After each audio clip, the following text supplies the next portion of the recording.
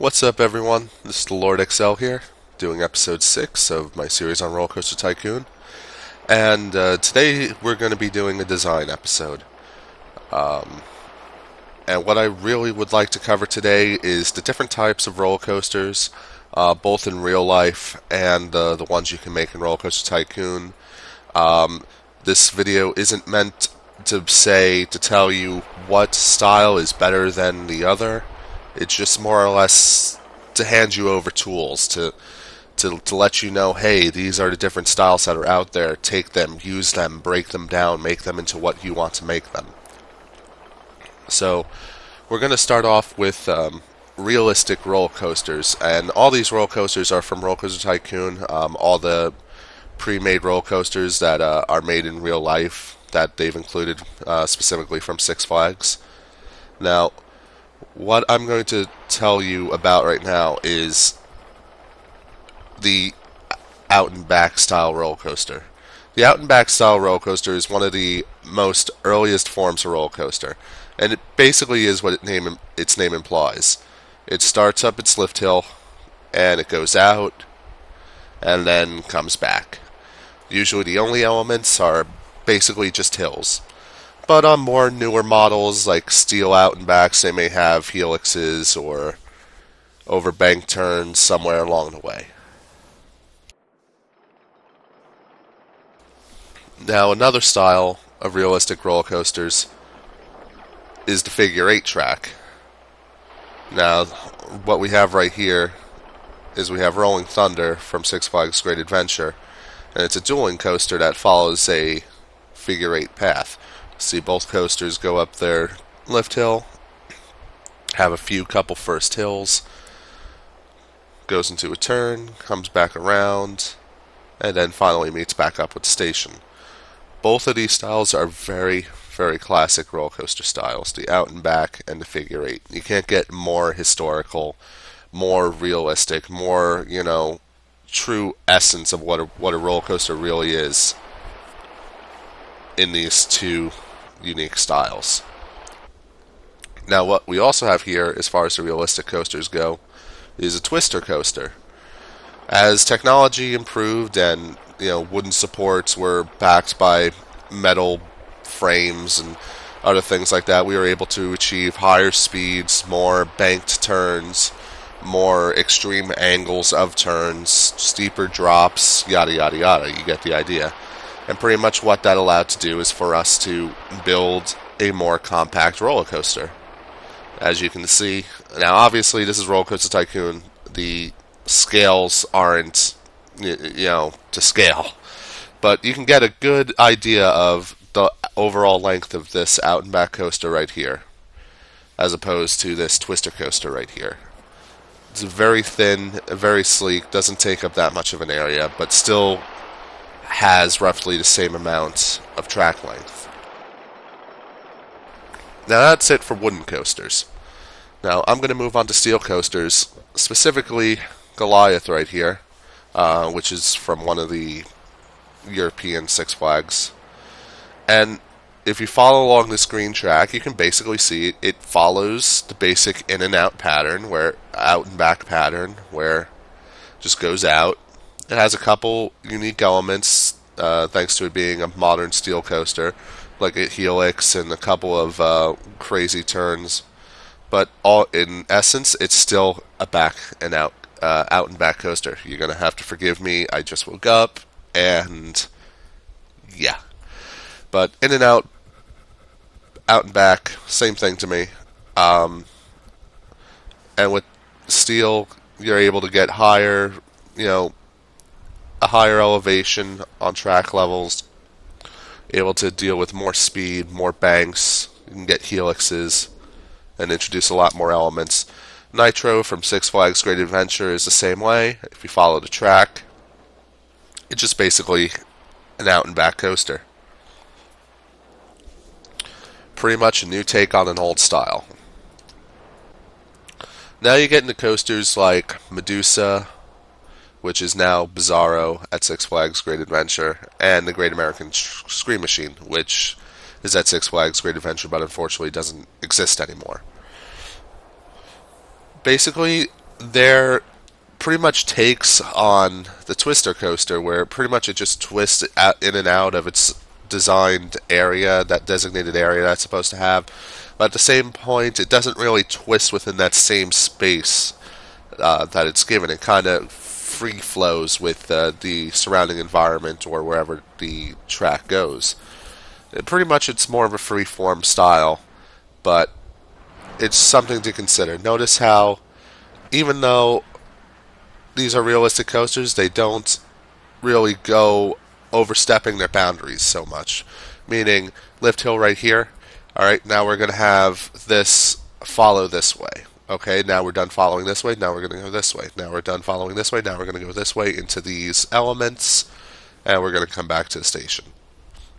So, and it's the same thing with Medusa. We're going to go up the lift hill, we're going to go this way, okay, now we're going to go this way, okay, now we're going to go this way, okay, into the block breaks. Go into a few elements before going back to the station. Twister at Six Flags Magic Mountain. New take on a, well, not really new, I think this coaster was built in the 80s, but new steel take on the Twister coaster. Pretty much it inverts on itself all the time, and in my opinion, it truly is a Twister coaster because it twists, goes in and back on itself multiple times. And lastly, and here's another model of a Twister style coaster, the Tornado. I'm not really sure which park this is from, but if you follow the track, it's in essence just a basic Twister coaster. It has a couple elements, but it keeps going back and forth twisting on itself, but it doesn't get too crazy. Like I said, it goes this way, then it goes that way, then it comes back this way again. It doesn't go all over the place. And then you have your shuttle coasters, and these are very simple in design. Basically, you know, you go up one hill, you go through usually one or two elements, and then you come back. Same for this, one or two elements. You have your horseshoe loop right here. You got your inline twist, and then your hill, and then you go back around the other way. Same here. We have another Twister coaster, but you can see yet again. First it goes this way, then it goes that way, and then it goes that way, twisting on itself a couple times, but it doesn't get too crazy. Now we're going to visit a couple unrealistic styles of roller coaster. Now, I'm not trying to knock the unrealistic styles of coaster. I like the fantasy styles. I love to build fantasy style coasters. Like I said, this is just to give you an idea of what you want your coasters to look like. I personally like these styles. I think they look very pretty, but they may not work in every situation. This coaster right here, which was included with the Roller Coaster Tycoon pre-made tracks, Shimmy, is, I guess you could classify it as a Twister coaster, but it's obviously fantasy. Now, that's not to say at some point in the future we will have the engineering feats to make a coaster like this, but it just twists on itself so many times, not allowing for proper supports or anything else to go through it. As you notice, it doesn't really follow the line of let's go this way, let's go that way, let's go that way. This just twists wherever it pleases. Same for Neptune's Knot here on this Giga Coaster. It just goes back and forth and twists on itself over and over and over again, which is fine normally, but it just continuously twists. Every single track segment is a twisted track segment. And like I said, that's not to say in the future this may become a realistic style coaster, but at least for the purposes of this game, it just simply isn't a realistic coaster.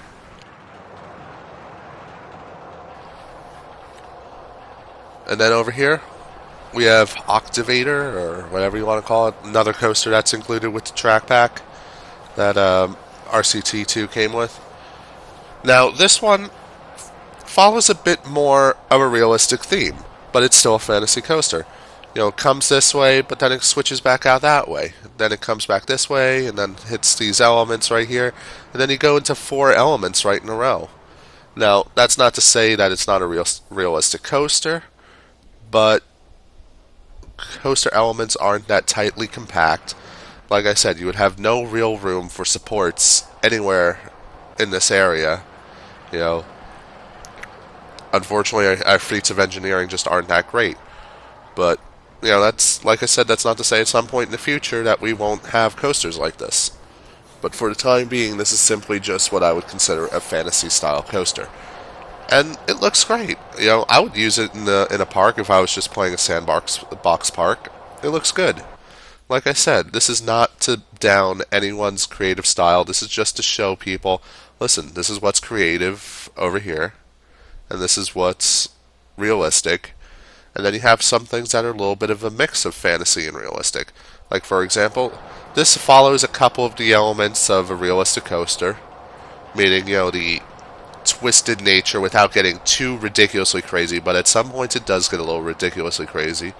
But that's what makes it a fantasy coaster, and it looks really cool.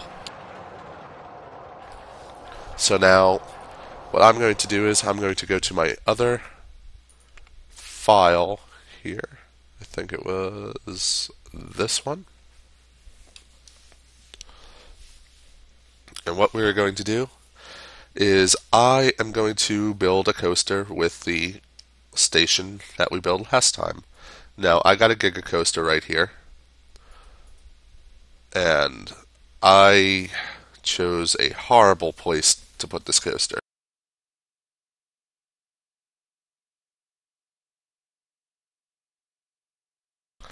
So, this is going to be unique in a sense. I'm probably going to have to build a fantasy coaster because I simply don't have the proper clearances to do a proper out and back. So what we're going to do is we're going to build our lift hill.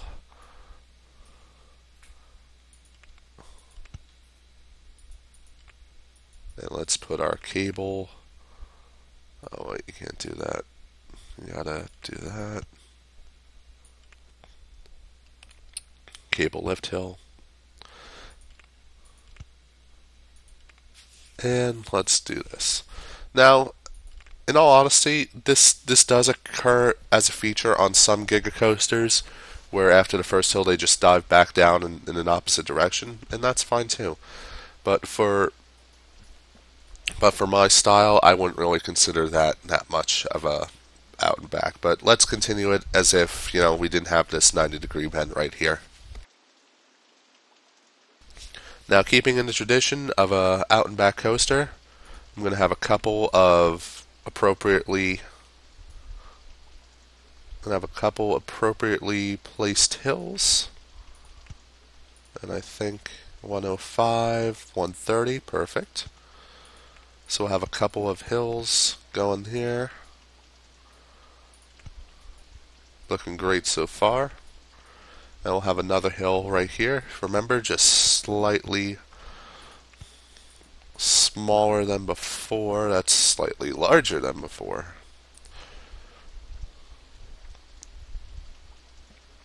Actually, I can probably, like I said, all the lengths in Roller Coaster Tycoon 2 really aren't necessarily to scale. Right here we have a 130-foot lift hill.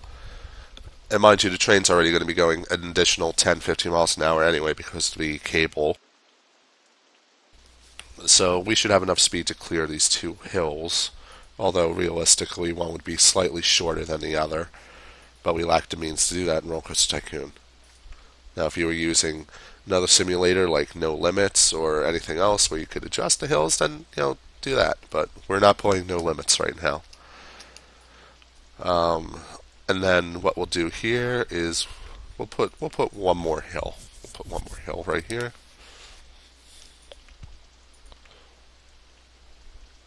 '85. And we'll try to do our best to represent an overbanked turn. Going back down there.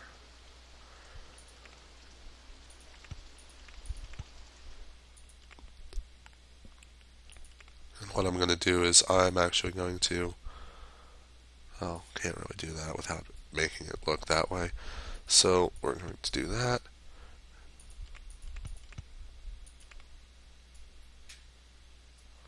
Can't really do that either, unfortunately.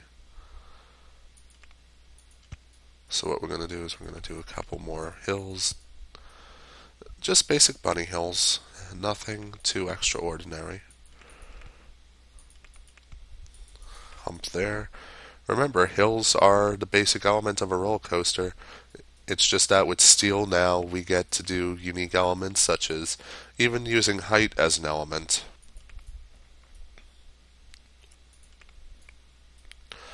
Now what I'm going to try to do here is, I don't want to put a helix there, but what I'm going to do here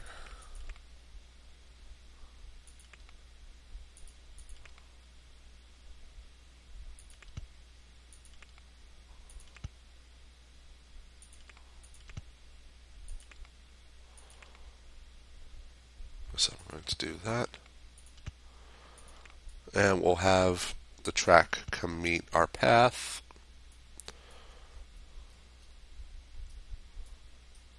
We'll do a couple more bunny hills.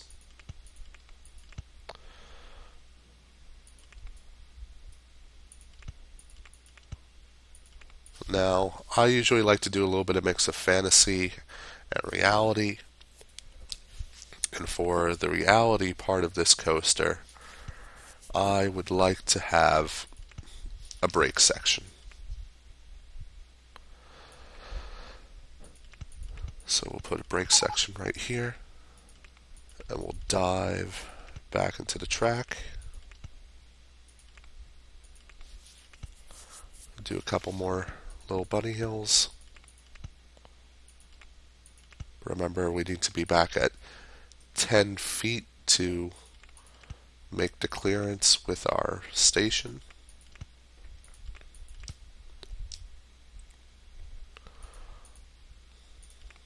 So do this.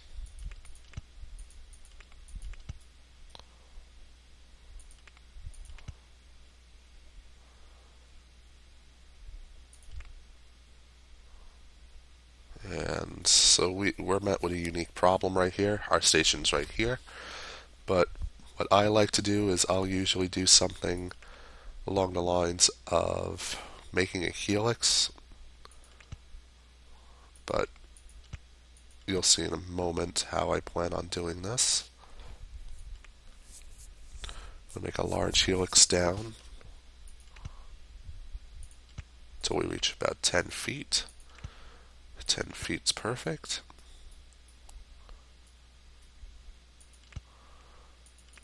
And then we got that problem right there. That's alright. We'll have the train go into one little last dip.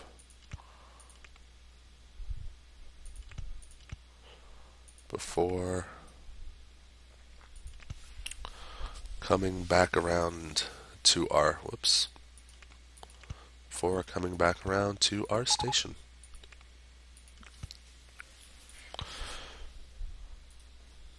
And then just change that up to some brakes, just to make it even more realistic for my liking. Because if I were to flesh out this park, this is where I would put out my transfer track. And there we go, we have our coaster. And this just follows the basic out and back design. But when we come back to station, we got a little bit of unique tightness coming here through coming through the second brake section, going into our helix, and a little dip back under the track and back into the station. Now, let's try it out. And I keep forgetting that doesn't matter. Let's give it a test.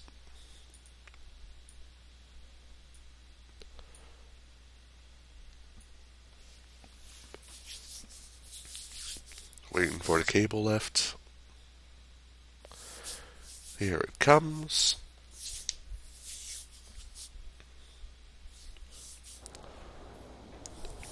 Okay, so we're coming into the station onto the cable lift hill.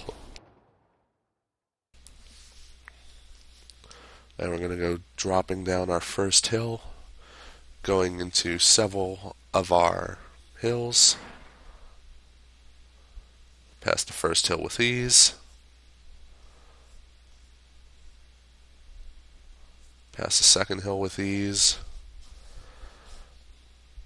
Past the third hill with ease. So far, so good.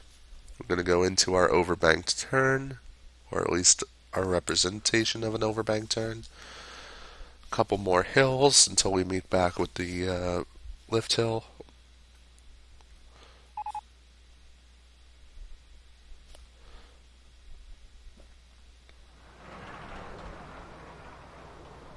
Great, we're about to run into our first brake section.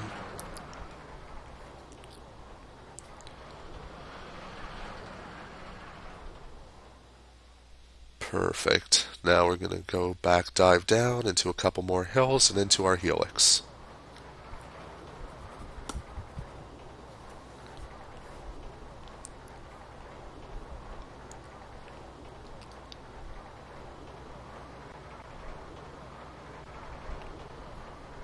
Absolutely beautiful. Dive back under our track. Bank that turn into the brake section. And that was our Giga Coaster that we based on the old out and back style with a couple new elements thanks to the introduction of steel. We were able to put this helix right here. We were able to get these high hills in the first place to allow us to get as much length and high hills as possible. Let's take a look at those stats. Amazing stats. Amazing stats right there. We got a nearly 8 on excitement, 6 for intensity, and less than 4 for nausea. If you were playing the game, this would be the kind of roller coaster you would want to build if you had the money, as it features a lot of airtime. A lot of airtime makes peeps go hog wild. Like, they love it. That's why the excitement rating is so high. If you're a roller coaster enthusiast, you love airtime as well. So pretty much it carries over to this game. You want to go for as much airtime as possible, which is why the Giga Coaster is perfect for this old style of out and back coaster with a steel twist. Now, that pretty much covers up the elements of design. Like I said, don't let this be, the end all be all. I have a couple of fantasy style coasters right here with one of my Giga Coasters that I made a bit more of a twister kind of effect, but I did this to do what I want because that's how I wanted to do it. Then we have this coaster right here.